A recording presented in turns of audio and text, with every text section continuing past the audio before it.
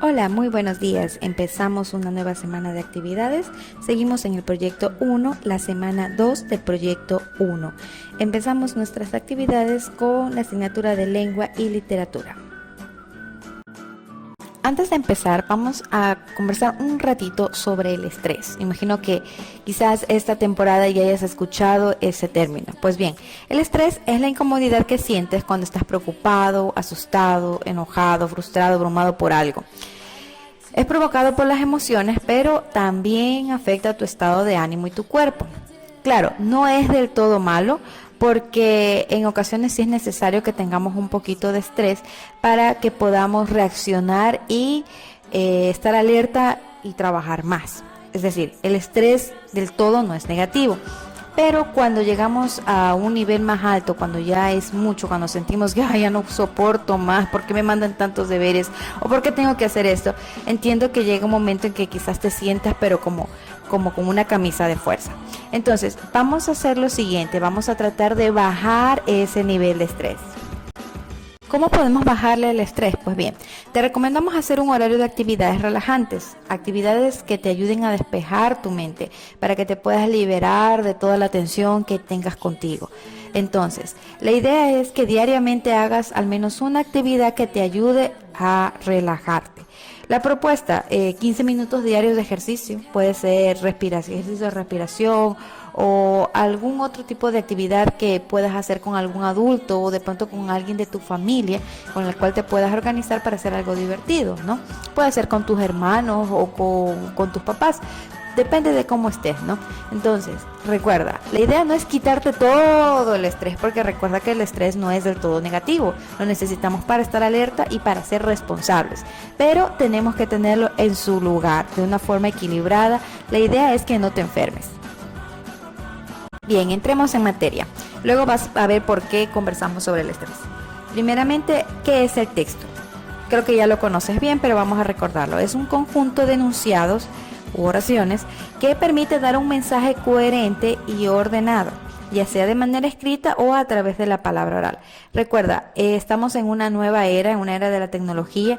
Antiguamente, cuando hablaban de texto, siempre asimilabas a un libro. Ahora no, el texto puede estar de una forma digital, como lo que seguramente estás recibiendo de tus docentes, o de forma física, bueno, lo clásico, e inclusive texto se puede considerar aquellas cosas que uno conversa o los discursos que se hablan, también son textos.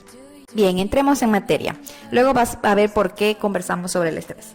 Primeramente, ¿qué es el texto? Creo que ya lo conoces bien, pero vamos a recordarlo. Es un conjunto de enunciados u oraciones que permite dar un mensaje coherente y ordenado, ya sea de manera escrita o a través de la palabra oral. Recuerda, estamos en una nueva era, en una era de la tecnología.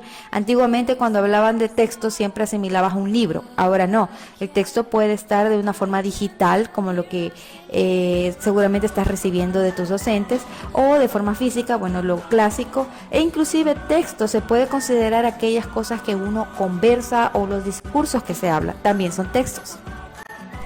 Existe una variedad muy amplia de tipos de textos, pues estos se clasifican de acuerdo a la finalidad y la estructura del mismo. Hay diferentes, pero esta vez solo vamos a analizar algunos de ellos. Los tipos de texto que vamos a analizar hoy son los argumentativos, los científicos, los descriptivos, expositivos, informativos y los epistolares.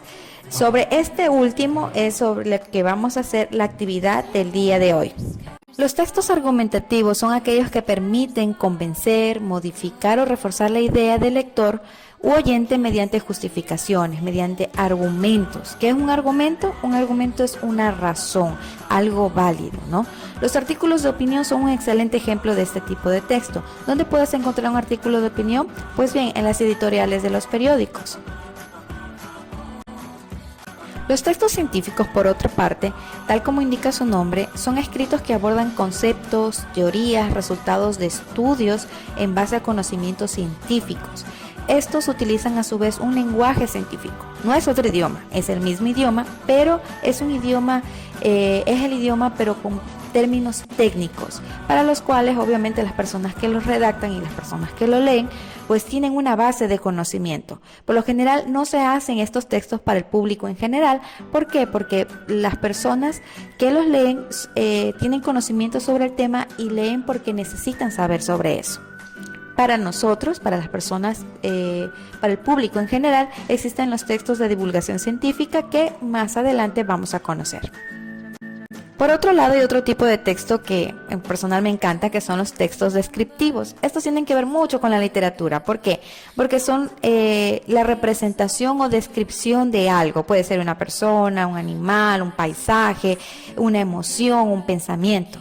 Por ejemplo, mira lo que está aquí. Es un perro grande, de color negro azabache. Su pelaje es abundante, tiene las patas largas y robustas. Sus orejas son muy largas y su hocico afilado. En la frente tiene una mancha de color blanco. En su collar hay una placa en la que podrás leer su nombre, Bobby. Mira, si tú solamente lees el texto ya te puedes imaginar por completo lo que está describiendo.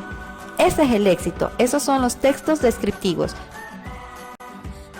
De este tipo de textos hay muchísimos ejemplos alrededor tuyo. De hecho, los utilizas inclusive cuando conversas a diario, cuando le cuentas a alguien sobre algo que te gustó o no. A veces describes una situación o describes a personas o cosas. Entonces, también hay de forma escrita o formal, como son los mitos, los cuentos, las historias, las fábulas.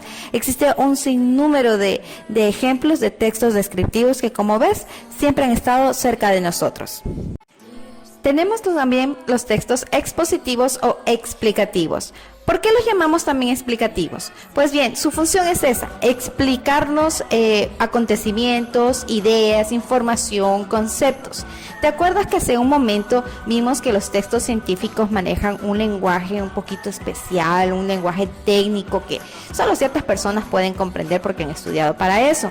Pues bien, los textos explicativos o expositivos pueden tomar los textos científicos y redactarse de manera tal que todo mundo pueda entenderlos. A esos artículos se los llama artículos o textos de divulgación científica, es decir, son textos que te hablan de ciencia, pero te lo explican de una manera tan sencilla que todos, inclusive hasta niños, pueden comprenderlo. Un claro ejemplo de eso es los dos recortes que te estoy presentando aquí. Puedes hacer pausa, los puedes leer y vas a ver que es muy sencillo, es fácil de entender. Otro ejemplo de textos expositivos está inclusive el manual ilustrado que hiciste unas semanas atrás. ¿Por qué? Porque ese manual era sobre algo técnico, pero que se hizo con el fin de explicar a alguien sobre cómo usarlo. ¿Sí ves? Es explicativo. No solamente esto, hay otros, hay una variedad de ejemplos, pero mira, solamente te he mencionado dos y te estoy dando dos ejemplos aquí, para que tengas claro que los textos expositivos son fáciles. De hecho, los utilizamos siempre cuando, por ejemplo, el profesor de ciencias naturales te asigna una exposición. Tú coges una parte o te asigna un tema en específico del libro y tú se lo expones o se lo explicas a tus compañeros de una forma más sencilla inclusive de lo que está en el libro. ¿Qué has hecho allí? Ya has aplicado lo que es un texto expositivo. Como ves, es algo que ya conoces, sino que no lo habías identificado. También están los textos informativos. Mira, en la antigüedad, por decirlo así, por lo general, cuando hablábamos de textos informativos se pensaba en el periódico. Y sí, está bien, perfecto, porque las noticias por lo general se presentaban en el periódico. Pero ha ido evolucionando la tecnología y ahora las noticias no solamente están en el periódico, están en la televisión. Entonces, también los textos informativos se comprenden aquellas emisiones de noticias que salen en la televisión o lo que sale en las páginas de internet, en los navegadores, e inclusive hay una nueva forma que se ha hecho mucho más popular y de hecho está dejando de lado inclusive el periódico, que es el Twitter, que te animo a que si tienes acceso a internet ingreses, tengas una cuenta de Twitter. Bueno, quizás tus padres deberían hacerlo porque eres menor de edad, y puedan seguir a páginas que son de noticieros, por ejemplo el periódico El Universo, que es el ejemplo que te tengo aquí, o la CNN o la BBC. Son noticias al día, al instante. De hecho, son noticias que al segundo te enteras de todo lo que pasa. No tienes que esperar al noticiero que sale en la televisión hasta enterarte. Y se diga al día siguiente para enterarte por el periódico. Por eso, como puedes ver, están teniendo mucho éxito. Todo este tipo de textos son textos informativos. Así que cuando te digan textos informativos, no pienses solo en el periódico. Piensa en el periódico, en los noticieros y en Twitter. Una de sus características principales es más que nada que la información siempre es expuesta de forma clara, breve y concisa, y que es veraz. Y por último, revisamos los textos epistolares. También los llaman como cartas. De hecho, son un tipo de comunicación exclusivamente escrito. Tenían más apogeo en la antigüedad porque si tú conversas con una abuelita o con alguien bien mayorcito, pues no había internet. Entonces, la forma más práctica de escribirse o de comunicarse con alguien que no tenía cerca era por medio de cartas. Entonces, este es un género que es muy clásico, pero que no se ha perdido, es verdad. Ya no utilizamos las cartas de papel mucho como antes, pero sí seguimos usándolo en formas digitales, así que no es un tipo de texto que se haya perdido, sino que simplemente también se ha transformado. Un ejemplo claro de los textos epistolares, pues lo tienes en la casa, quizás en la Biblia de tu casa. Si tú te pones a revisar, vas a ver que hay textos epistolares como las cartas que, bueno, según la Biblia, el apóstol Pablo enviaba a las congregaciones. Entonces, ¿qué pasaba? Esos eran textos que eran enviados de carácter personal, enviaba una persona específicamente a otro grupo de personas. Obviamente lo tenemos porque quedó eso registrado allí. Entonces, ¿a qué idea queremos llegar? Que las cartas son textos que son destinados exclusivamente a un público, a una persona específica o a un grupo específico de personas. Pues bien, vamos a ir profundizando con respecto a este género. Vamos a analizar un ejemplo. Te voy a indicar cuáles son sus partes o su estructura y más adelante vas a hacer una actividad con relación a esto. Pues bien, la carta se caracteriza primeramente porque su mensaje es breve, es preciso, está organizada de forma clara y exacta. Usa oraciones completas y, como se mencionó, están organizadas, no se abrevian las palabras y obviamente vas a utilizar una puntuación adecuada. Pues bien, en el encabezado, que es la primera parte, lo que te estoy señalando en este ejemplo con color fucsia, es aquel que abarca la parte superior de la carta. Apenas ves la carta, se le puede identificar fácilmente el encabezamiento o encabezado. Este cumple una función de presentación, es decir, te identifica la persona o, bueno, en caso de que sea formal, la empresa del que está enviando la carta. Puede incluir incluso una dirección física, un correo, un teléfono, se puede mencionar. También en esta parte está la fecha, a la dirección de la persona quien escribe la carta, ¿sí? También en la parte final de esta primera parte está el saludo, el cual se ubica a partir del margen izquierdo a 2 espacios verticales debajo de la dirección del destinatario. Verás, en el ejemplo que te estoy mostrando aquí no te estoy incluyendo lo que es el nombre y dirección del destinatario. ¿Por qué? Porque el ejemplo que te estoy dando no es de una carta formal de empresa, sino más bien una carta de tipo personal. ¿Por qué te estoy poniendo este ejemplo? Porque en base a este ejemplo es lo que quiero que tú trabajes en la actividad. La siguiente parte es el cuerpo del texto.